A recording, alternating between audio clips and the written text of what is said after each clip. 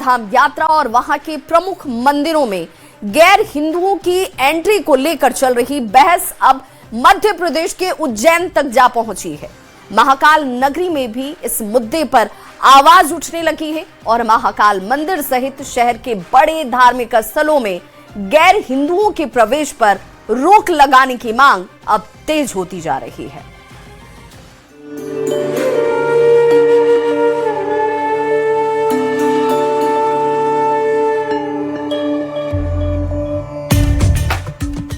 महाकाल में गैर हिंदुओं की एंट्री बैन, चारधाम के तर्ज पर उठ रही मांग, नहीं सहेंगे आस्था के साथ खिलवाड़।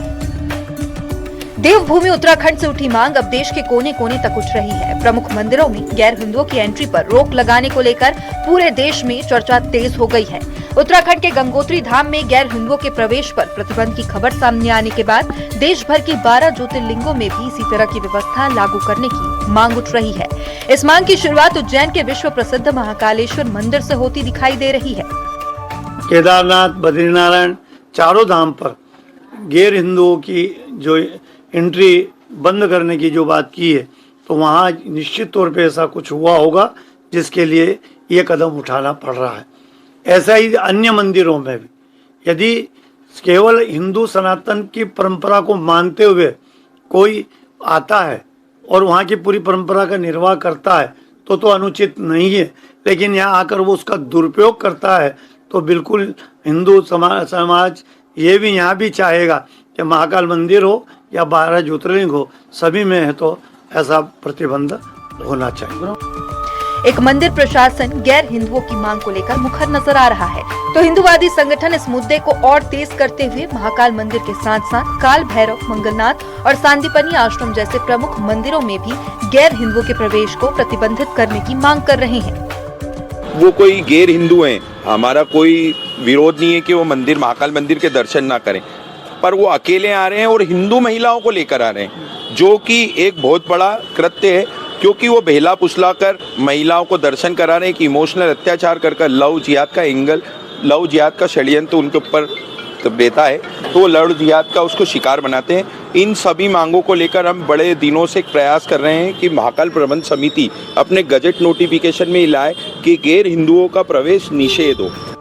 बता दें, उत्तराखंड के प्रमुख मंदिरों में गैर हिंदुओं की एंट्री बैन करने के लिए तैयारी चल रही है, तो इधर मध्य प्रदेश में भी इस मुद्दे ने तुल पकड़ना तेज कर दिया है, जिसके बाद अब देखना होगा कि आने वाले दिनों में क्या देश के प्रमुख मंदिरों में गैर हिंदुओं की एंट्री पर रोक लगेगी।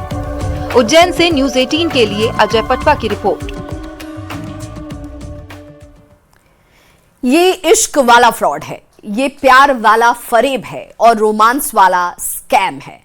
अगर आप भी शादी के लिए लड़की तलाश रहे हैं या फिर ऑनलाइन डेटिंग ऐप पर हैं, तो कहीं ऐसा ना हो कि आप भी हसीन दिलरुबा के जाल में फंस जाए। एक शख्स जो 64 लाख का धोखा खा चुका है, कैसे खुलासा हुआ देखिए और इस हसीन जाल से आप भी बचिए।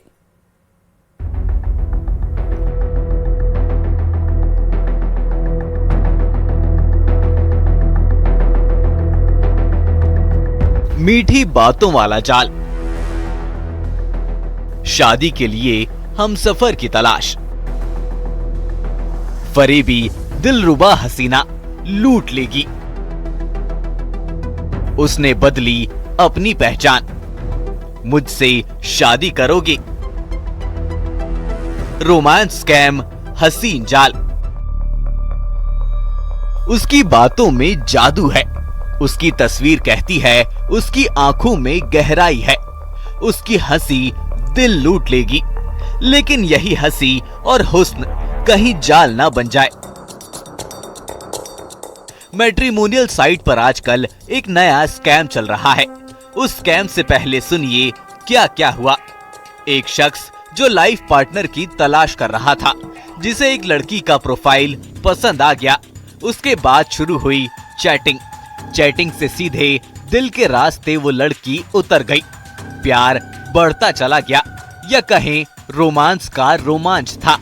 लेकिन शादी होती उससे पहले मामला पहुंच गया सीधे इंदौर के क्राइम ब्रांच, क्योंकि शादी के लिए लड़की तलाशने वाले फरियादी पिग बुचरिंग के जाल में फंस गया, जो आजकल की दुनिया में साइबर फ्रॉड का नया तरीका है, जिसका नाम है रोमांस स्कैम।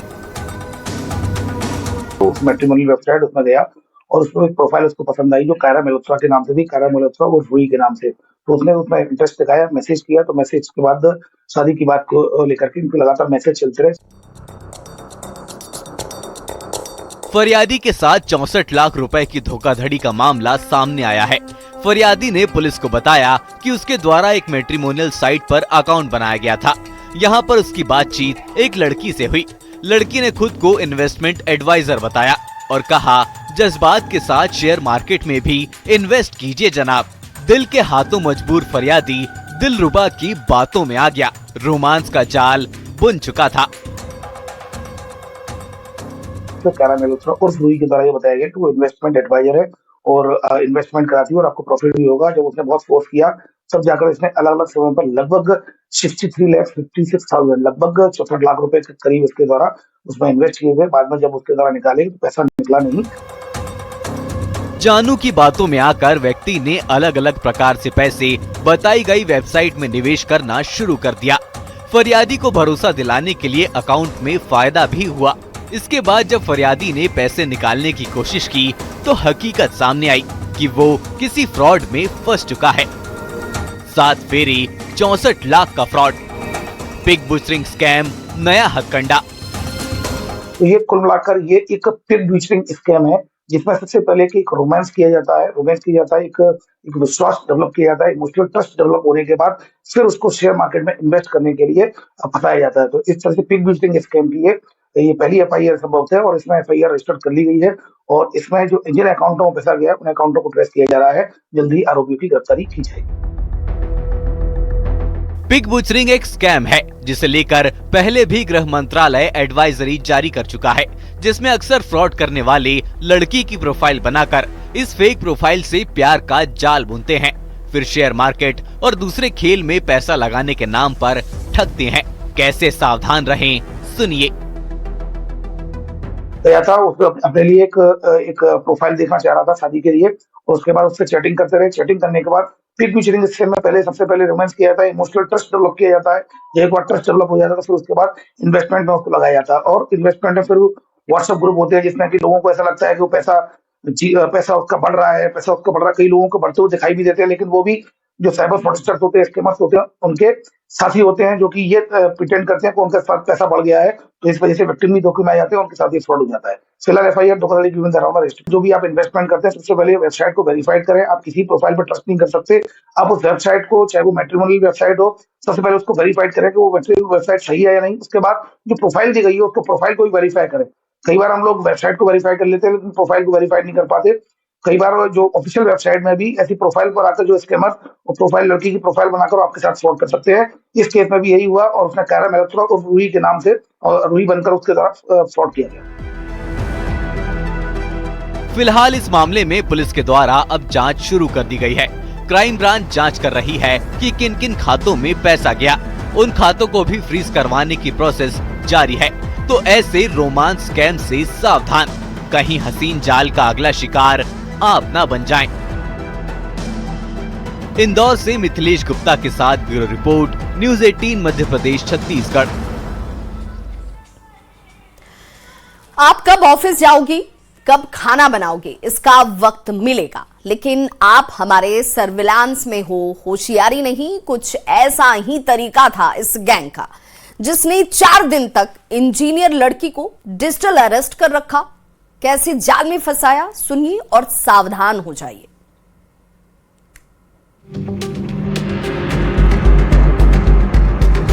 टेरर फंडिंग का हथकंडा, इंजीनियर लड़की हुई शिकार, फेक अफसर रियल जाल, डिजिटल अरेस्ट के वो 4 दिन।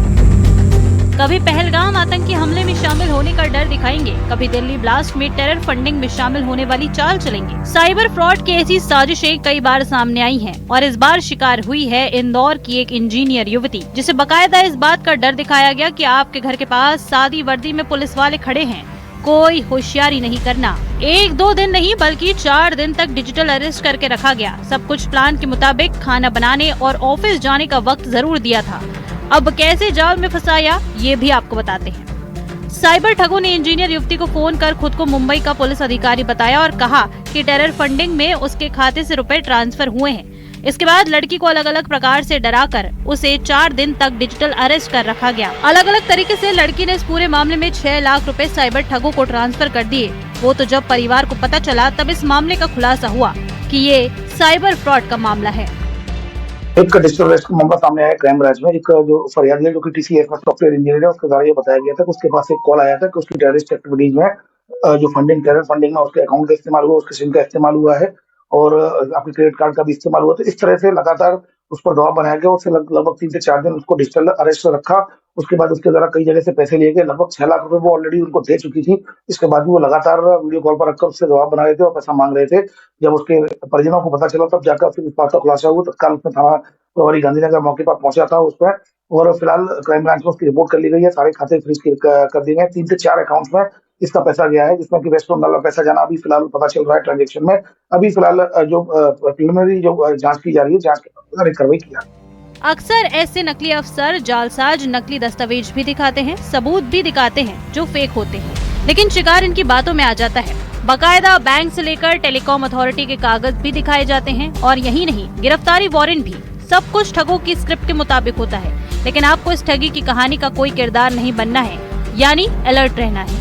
इंदौर में मिथिलेश गुप्ता के साथ न्यूज़ 18 के लिए ब्यूरो रिपोर्ट। और चलिए अब बात करते हैं हनी ट्रैप की, जिसका एक मामला मथुरा से सामने आया जिसने सभी को चौंका दिया।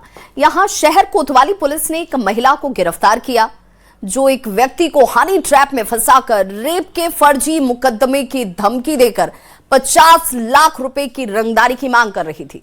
देखिए हमारी ये एक्सक्लूसिव। इसका मामला सामने आया था। एक प्रदीप कुमार शर्मा नाम के व्यक्ति थे, फरीदपुर बरेली के रहने वाले थे। वृंदावन में एक आश्रम बना रहे थे। इनको एक महिला ने डोनेट करने के नाम पर फ़ोन किया और फ़ोन करने के बाद कल ये महिला इनको मिली और अमर विलास होटल में इनसे बातचीत करने लगी। बातचीत के दौरान इनके कुछ साथियों ने इनको ब्लैकमेलिंग करना चाहा और उन पर बलात्कार जैसे आरोप लगा करके हनी ट्रैप इनको किया गया। मामले की गंभीरता को देखते हुए कोतवाली पुलिस ने तुरंत मुकदमा दर्ज किया और जांच शुरू की। जांच के दौरान एक महिला की मुख्य संलिप्तता सामने आई। पुलिस टीम ने तेजी से कार्रवाई करते हुए उसे अमर होटल से गिरफ्तार कर लिया।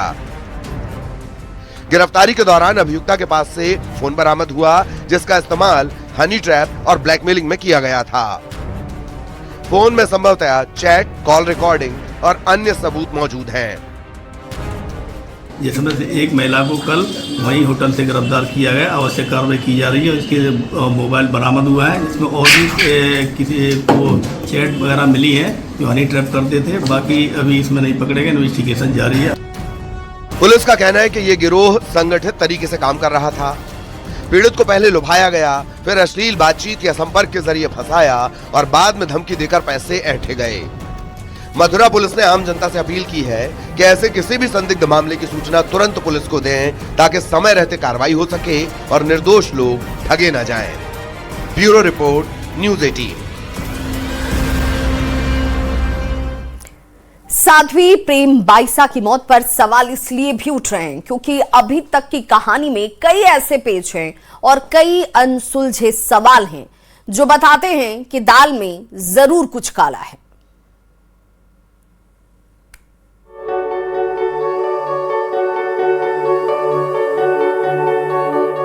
आध्यात्मिक दुनिया में तेजी से उभरती साध्वी प्रेम बाईसा की पहचान एक कथावाचक तक सीमित नहीं थी, बल्कि सनातन के संदेशों की एक प्रभावशाली आवाज बन चुकी थी। लेकिन इसी शोहरत के बीच एक वायरल वीडियो सामने आया जिसने उनकी छवि को गहरे विवाद में धकेल दिया।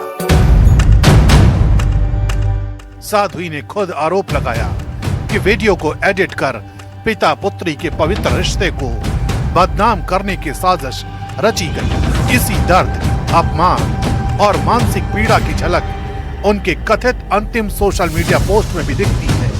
पोस्ट में बार बार सनातन संतों और न्याय की बात, मानो ये संकेत हो कि साध्वी खुद को एक बड़ी साजिश का शिकार मान रही थी। सवाल यही है, क्या ये पोस्ट आस्था की आखिरी अभिव्यक्ति थी या किसी गहरे जख्म की गवाही। सभी पूज्य संतों को प्रणाम। मैंने हर एक क्षण सनातन के प्रचार के लिए जिया। दुनिया में सनातन धर्म से बड़ा कोई धर्म नहीं। आज अंतिम श्वास तक मेरे दिल में सनातन ही है। मेरा सौभाग्य है कि मैंने सनातन धर्म में जन्म लिया और अंतिम श्वास भी सनातन के लिए ली। मेरे जीवन में आदि गुरु शंकराचार्य, विश्व योग गुरुओं व पूज्य संत महात्माओं का हर पल आशीर्वाद रहा। मैंने आदि गुरु शंकराचार्य, देश के कई महान संत महात्माओं को पत्र लिखा, अग्नि परीक्षा के लिए निवेदन किया, लेकिन प्रकृति को क्या मंजूर था। मैं इस दुनिया से हमेशा के लिए अलविदा। लेकिन ईश्वर और पूज्य संत महात्माओं पर पूर्ण भरोसा है। मेरे जीते जी नहीं तो जाने के बाद तो न्याय मिलेगा। इसी सोशल मीडिया पोस्ट के साथ रहस्य और गहराता चला जाता है। पिता ने गलत इंजेक्शन से मौत का दावा किया तो फिर उसी वक्त इंजेक्शन लगाने वाले कंपाउंडर के खिलाफ औपचारिक शिकायत क्यों नहीं की गई? शव का पोस्टमार्टम कराने से ही शुरुआती तौर पर इनकार क्यों हुआ? मौत के कई घंटे बाद इंस्टाग्राम पर यह भावनात्मक पोस्ट आखिर किसने डाली? जुलाई में आए वायरल वीडियो का जिक्र अब 6 महीने बाद क्यों किया गया? साध्वी के समर्थक खुद पिता की भूमिका पर सवाल क्यों उठा रहे? आरोप है कि आश्रम से सीसीटीवी कैमरे हटाए गए, तो क्या छुपाया जा रहा है? पिता का कहना है कि आसपास के लोग साध्वी को परेशान करते थे, लेकिन कौन और क्यों? और सबसे अहम सवाल, वायरल वीडियो के बाद क्या सचमुच साध्वी को काम मिलना बंद हो गया था? यही वो सवाल हैं जिनके जवाब अब जांच तय करेगी। लेकिन इसी बीच साध्वी के पिता इंसाफ की मांग कर रहे हैं। सब साध्वी जी को न्याय दिलाने के लिए, सब न्याय दिलाने के लिए खड़े हैं। सब खड़े थे, बोलो उनकी रिपोर्ट लाओ, मेडिकल, हर तरह की जन्म से लेकर के ब्रह्मचार्य तक की उनकी रिपोर्ट निकल, मेडिकल करवाओ, आप सब करवाओ, उनको न्याय दिलाओ। सवाल कई है, जवाब अभी अधूरे, जांच जारी है। लेकिन एक पिता की यही गुहार है, बेटी की मौत का सच सामने आए और दोषियों को इंसाफ के कटघरे तक पहुंचाया जाए। और फिलहाल यहाँ रुक रहे